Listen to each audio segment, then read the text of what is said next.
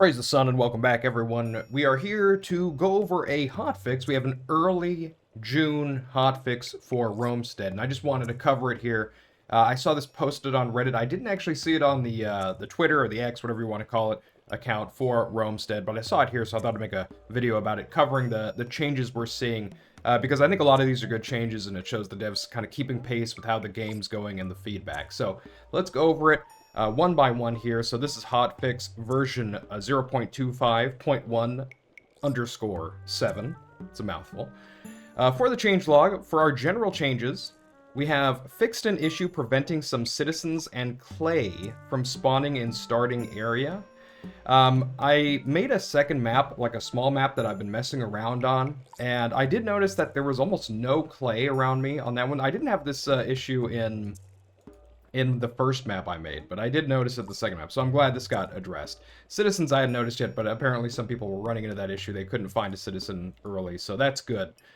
And speaking of citizens, for citizen changes, negative traits will now only appear on citizens that have positive traits.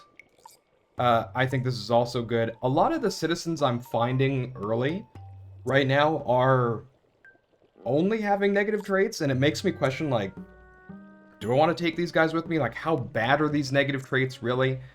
I'm tending to avoid gluttonous citizens, especially because they're, I mean, well, we'll get to the change in automation soon, but I had to, make a lot of food to stock up, and I felt like a lot of my time in the game was dedicated to making food and preparing food for the plebs, so I could go out to somewhere, like go to the desert, farm for something, and know that they would have enough back at home, and I wouldn't have to worry about them. And gluttonous citizens would just make that more annoying, because they would just eat more. But things like disloyal, I'm like, this doesn't seem too bad, because I haven't had any penalties for disloyalty at all in the game. So it's not immediately clear to me, like, how bad these negative traits are, but now that they're only appearing on citizens with positive traits, I think that will make it a little bit better. So you'll have a bit of a trade-off. That's good. And then fixed an issue where citizens would not eat until full. So right now, one of the problems I'm running into is that I'm constantly getting notifications that my citizens are peckish, despite having a pantry with plenty of food in it. And I read, there was a thread about this, because a lot of people were mentioning this. I saw a thread about this, that people were saying maybe this is because they don't have a good variety of food. If they only have bread, maybe they're wanting, like fruits or meat or whatever, which made sense to me. But I don't know if that was actually what was going on. Maybe it's just the citizens weren't consuming enough food. There was a bug with it. And so now they are. So maybe we'll see. I'm going to be streaming today, so we'll see if I'm still getting the peckish notification or not. So we'll see.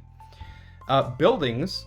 The logistics tent is now a reward from defeating the Guardian of Minerva. So that's a bit earlier. I think you got it after the desert boss, I think. I've already forgotten. Before, so this will make earlier automation, well, very early automation possible.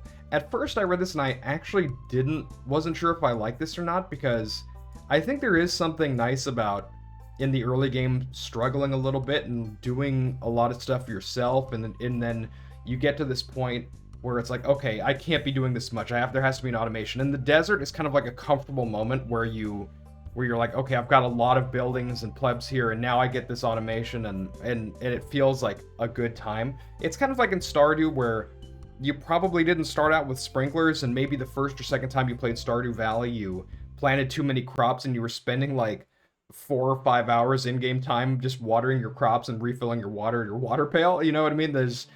It kind of like naturally grows from there. So this might make it better and more comfortable on replays or making other servers and getting in and having alts and things like that. So maybe it'll turn out that I like this change, but I'm not sure how I feel about it just yet. We'll see. There's a dev's note on this one. We've seen a wide demand for automation earlier in the game. Thought this would be a more suitable spot for it. So apparently there's a lot of demand for it. We'll see if it actually turns out. I actually thought it was pretty good where it was, to be honest, but I'm not the dev, so. Anyway, next. Non-repeating tasks will now take priority over repeating tasks when ordered. Okay, so right now if you have like a repeating task, like your baker is making bread on repeat, and then you ask your baker to make, I don't know, a globy or whatever, it'll go below the repeating task, so technically they probably won't get to it. So you would have to turn off the repeating task, have them make the Globy, and then turn on the repeating task again so it would start again. This just makes it easier and less clunky. I think that's a good change. Gates will now open and close for players and carts. I think this is great. It wasn't a big issue if you're just walking through it, but if you have carts, what'll happen is if you approach a gate, you'll have to E to drop the cart, hit E again to open the gate, leave with your cart, and then go back and close the gate. And it was just a bit annoying, especially if you have like a big cart train, like 8, 10 carts, whatever. I know some people probably have even more. This is annoying, so I think this is a good change. Increased storage capacity of the material storage, especially noticeable on the upgraded versions. Thank you. Thank you. It was like something like 10 logs and 15 stone, or maybe it was 10 stone and 15 logs, and then X amount of clay, whatever. The storage facility felt pretty negligible, and then the upgrades was only like +5, I think, for each of the capacity. I would kind of like increased storage on the woodcutter as well. Starting with just 3 seems kind of low. I think 5 maybe would be better starting point, because 3 is almost nothing, right? The cart can hold 4, so it's not even enough to fill up 1 cart. So maybe 4 or 5 storage for the lumberjack would be kind of nice too, or the whatever the structure is called. But this is a good change. I think this is great. Fixed a crash with the trading post. I haven't experienced this, so fixing crashes, good stuff. Okay, items. This is the last section here. Fixed incorrectly swapped damage numbers in the Flamminus Volcanalis bow. I haven't gotten that, so that's great. Tectonic boots no longer make you bald. Rip. We all wanted to be bald. Items can now be added to the secondary gear set without having to swap to that set. So this is just a quality of life thing. I think this is a good change. If you have, you can have 2 sets of weapons equipped at the same time, and if you were trying to like replace your spear with a sword, and it was on your secondary set, you would have to hit F, so you would equip that spear, and then you could replace it. Now you can just replace it while it's in that secondary slot. That's good stuff. Fixed tectonic armor rolling the wrong modifiers when crafted, so it's just a small bug fix there. Flamminus Volcanalis armor set can now roll modifiers when crafted. Okay, great. And a few other fixes and changes. So, not a huge patch, not a huge amount going on, but I think these are all, I would say like 90% of these are pretty awesome changes, pretty good fixes that'll make things a little bit more smooth for everyone playing.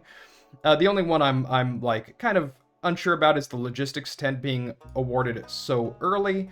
Like I said, I still think it's kind of fun when it's something you just kind of naturally grow into, when your city feels like it's growing too big and it's like, it's taking me too long to handle these things, and then you get it and it's like, there's like a kind of a sigh of relief. But other than that, I think these are great changes. Oh, and also, did I miss this? Music plays more often. I literally brought that up in my review video. I was like, I'd love to hear this more because there's long stretches of quiet. Thank you. Thank you, Romestead devs. Well done. These are good changes, and I am happy with them. I will be streaming Romestead today and every day for the rest of this week at twitch.tv/authorvalentine. Come give a visit. We're going to be going to the volcano area this week and trying to do everything we can up there. And I will see you guys in the next one. Take care.